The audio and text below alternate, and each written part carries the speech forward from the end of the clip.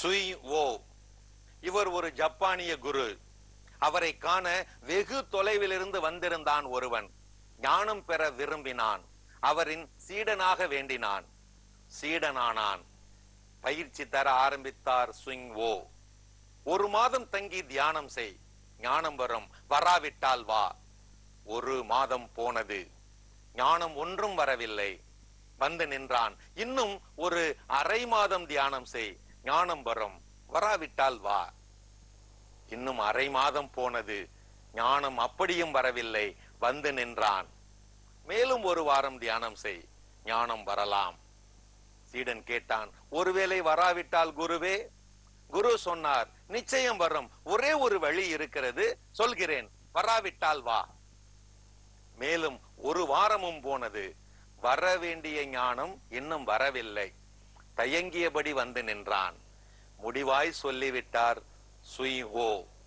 சரி, இறுதியாய் 3 நாட்கள் மட்டும் முயற்சி செய், ஞானம் வரும். தயங்கியபடி அவன் கேட்டான், அப்போதும் வராவிட்டால்? அப்போதும் வராவிட்டால் இதோ இந்த விஷத்தை குடித்து செத்து போ. கராராய் சொல்லி அனுப்பிவிட்டார் குரு சுய் ஓ. போன அடுத்த நாளே அவன் ஞானம் பெற்று விட்டான். வாழ்வா சாவா போராட்டத்திலே ஞானம் வராமல் என்ன செய்யும்?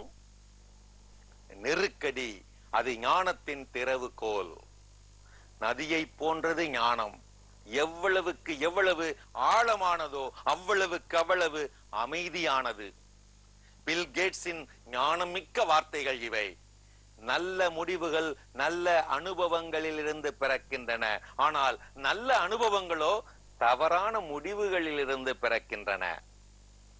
ஆம், ஞானம் அமைதியிலும் வரலாம், அவதியிலும் வரலாம்.